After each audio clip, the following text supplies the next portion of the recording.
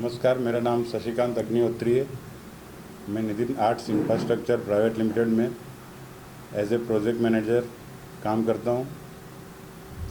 हमने UTI infrastructure का civil और इंटीरियर वर्क का काम किया, जो लगभग 2019 में फाइनल हुआ था।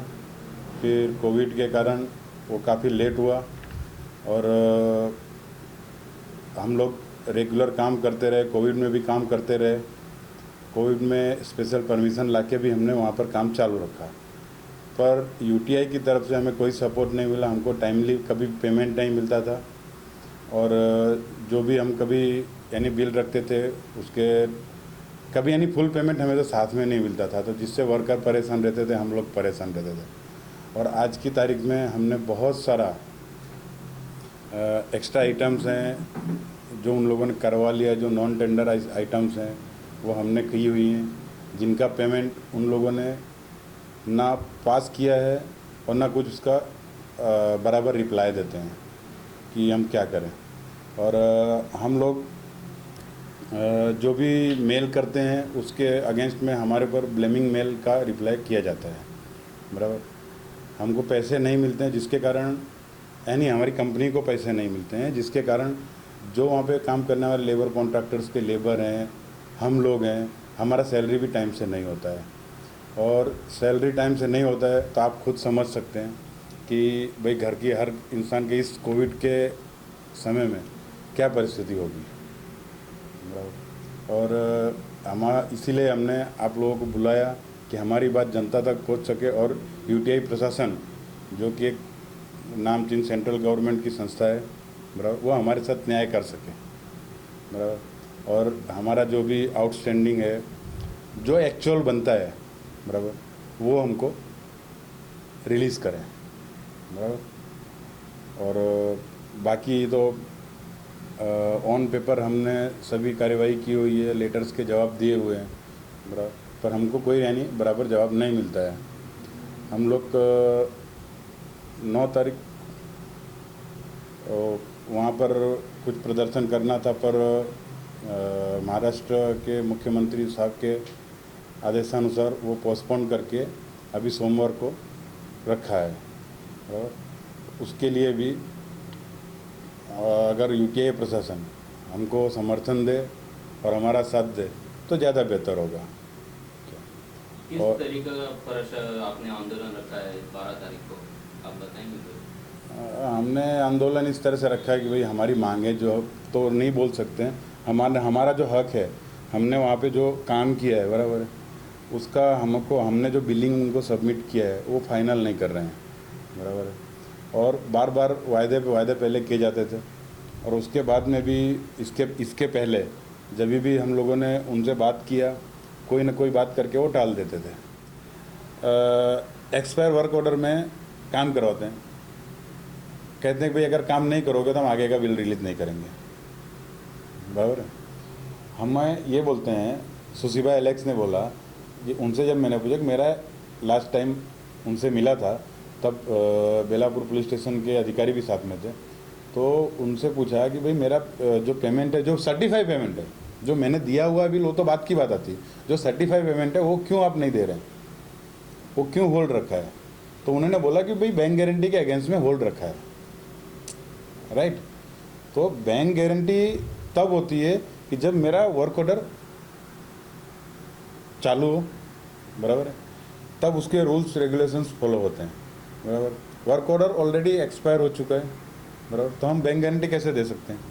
हमसे डब्ल्यूसी पॉलिसी मांगते हैं, डब्ल्यूसी पॉलिसी के अंदर मुझे लेबर लाइसेंस चाहिए, लेबर लाइसेंस के लिए वर्क ऑर्डर होना ज़रूरी है, बराबर। जब तक वर्क ऑर्डर नहीं रहेगा लेबर लाइसेंस नहीं मिलेगा, और डब्ल्यूसी पॉलिसी का पैसा वो लोग होल्ड रखते हैं, बराबर। तो हैरेसमेंट नहीं है तो क्या है। और ये पैसा काफ़ी बड़ी अमाउंट हो जाती है, जिसके कारण हो सकता है कि सबका 1-1 महीने का सैलरी हो जाए।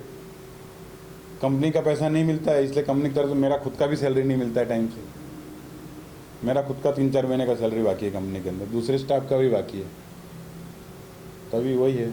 और हम काम अगर नहीं करते तो हमारा बाकी का पैसा भी नहीं देते। फिर आखिरी में जब लास्ट टाइम हमने उनसे मीटिंग किया, लास्ट टाइम मीडिया में भी बाइट दिया था, तब भी मैंने यही बात किया था कि भाई मेरा वर्क ऑर्डर एक्सपायरी पे काम करा रहे हैं, अगर वहाँ पे कोई एक्सीडेंट हो जाता है, कुछ हो जाता है, बराबर है, तो उसकी भी यानी कि बहुत बड़ी हो सकता है कि हम खुद ही हमको यानी कि अंदर डाल दिया जाए, कुछ यानी कुछ भी हो सकता है। और हाइट पे काम कर रहा है, 25-25 मीटर की हाइट है, बोलते हैं वहाँ काम करो, तो हम कैसे काम कर सकते हैं वहाँ पे? और काम अगर स्टार्ट नहीं करते तो बोलते हैं आगे कुछ भी आपका डॉक्यूमेंट्स नहीं देखेंगे। हम किसी लीगल उसमें गए ही नहीं अभी तक, क्योंकि हमको तो ये था कि भाई हमको यूटीआई इतनी बड़ी कंपनी है, यूटीआई से ही न्याय मिल जाएगा, तो लीगल में जाने की हमने कभी सोचा ही नहीं कि हम जाएंगे। पर हम हाँ, मीडिया के सामने भी इसके पहले भी मैं बोल चुका हूँ, बराबर, पुलिस को भी बता चुका हूँ कि भाई बिना वर्क ऑर्डर के काम करा रहे हैं, ये करा रहे हैं। और जब लास्ट पेमेंट रिलीज़ किया तब उनको बोला था कि भाई आप वर्क ऑर्डर दे दो, बराबर। और अभी के जो उसका जो प्राइस एस्केलेशन है, कोविड के कारण रेट जो बढ़ गए, सब हो गया है, बराबर, क्योंकि हमारा जो प्राइस था वो वर्क ऑर्डर के टाइम लिमिट का था। और अभी जो महाराष्ट्र गवर्नमेंट का डीएसआर है उसके हिसाब से हमने उनको बोला था कि हमको प्राइस एस्केलेशन दे दो, बराबर। तो उसके लिए भी उनने मना कर दिया, बोले काम चालू करो और आप अपना बिल फाइनल करा के ले जाओ उसी रेट पे। अभी इतना होने के बाद भी शासन प्रशासन आपको सहयोग कर रहा है कि नहीं कर रहा है? नहीं, शासन प्रशासन में हमने जो भी एप्लीकेशंस किया है, शासन प्रशासन में हमने जो भी एप्लीकेशंस किया है उसका रिप्लाई आता है, बराबर, तभी हमको धरना प्रदर्शन के लिए भी परमिशन मिल रही है, जिससे हम अपना यानी कि जो भी बात है वो और आगे तक पहुंचा सकें।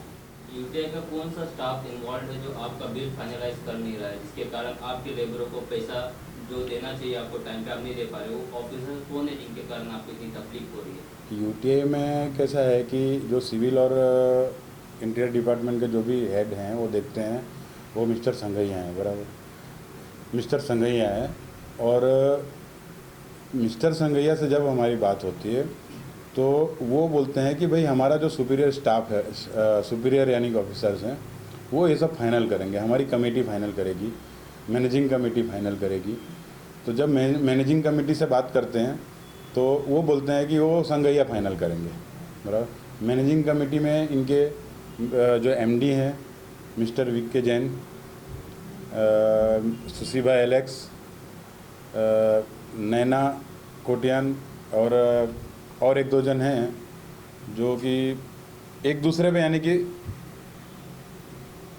इधर उधर करते रहते हैं। अगर यूटीआई समय से पेमेंट नहीं करेगी तो आगे की रणनीति क्या है आपकी? अगर यूटीआई समय से पेमेंट नहीं करती है तो आगे हमें यही यूटीआई प्रशासन से आगे और ये है कि भाई हमको न्याय मिले और हमारा जो पेमेंट है वो सही से आवे, वही है। और नहीं तो फिर क्या है कि जो हमारे वर्कर्स हैं, हमारा स्टाफ है, उनका भी घर परिवार है, वो नहीं चल पाता है, बराबर, तो सभी लोग आंदोलन करेंगे। सर कितना पेमेंट बाकी है कंपनी का यूटीआई के ऊपर? सर यूटीआई के ऊपर जो सर्टिफाइड अमाउंट है, लास्ट हमारा 65 लाख का था, जो यूटीआई ने सर्टिफाइड किया हुआ है, उसमें से उनने लास्ट टाइम कुछ 28 लाख रुपए रिलीज़ किया था, बराबर। और उसका जो ऊपर का जो जीएसटी बनता है वो भी उनने रिलीज़ नहीं किया। वो कहते हैं कि वो भरो उसके बाद हम आपको देंगे। कहीं किसी कंपनी में ऐसा नहीं होता है कि भाई जीएसटी आप भरो उसके बाद देंगे, जीएसटी हमेशा साथ में देना पड़ता है, जो यूज़र होता है वही देता है जीएसटी, बराबर। और हम पहले का भी हमारे पास रिकॉर्ड है और हमने यूटीआई में भी दिया हुआ है कि हम जीएसटी भरते हैं, उसके 1-2 महीने बाद वो लोग जीएसटी रिलीज़ करते हैं। अभी कोरोना में आपको शासन प्रशासन परमिशन देगी आपको धरना प्रदर्शन करने के लिए? सर हम सोशल डिस्टेंसिंग का पालन करेंगे, बराबर। उनकी जो नगर पालिका की है, पुलिस प्रशासन की जो भी गाइडलाइन रहेगी हम उसका पूरा यानी कि अनुसरण करके चलेंगे ना, हम यानी कोई नियम नहीं तोड़ेंगे। क्या यूटीआई जैसी बड़ी कंपनी से आप अपना हक ले पाएंगे? सर हक मिले इसके लिए तो अभी आप लोगों से हम बात कर रहे हैं। और यूटीआई ये जो यहाँ पे जो अधिकारी हैं, बराबर, वो तो सिर्फ यहाँ देखते हैं, पर उनका जो main managing board of directors हैं जो भी हैं इनके, बराबर, तो उन तक ये बात पहुँच सके कि भाई यूटीआई के अंदर क्या क्या चल रहा है, कि भाई आज कलकत्ता में भी चल रहा है वही चीज़ यहाँ पे बॉम्बे में भी चल रही है, वही चीज़ मद्रास में भी चल रही है, चेन्नई में भी चलती है, बराबर, और कहाँ कहाँ नहीं चलती होगी, बराबर। और उनका खुद का स्टाफ उन लोगों के कारण रिज़ाइन दे के चला जाता है, ऐसे भी हमने वीडियो देखे हुए। बस इसी के साथ मैं अभी कॉन्फ्रेंस ख़त्म करता हूँ और प्रशासन से, यूटीआई प्रशासन से मीडिया से सबसे अनुरोध है कि हमें न्याय मिले और बस इसी के साथ बस ये ख़त्म करना चाहता हूँ। नमस्कार।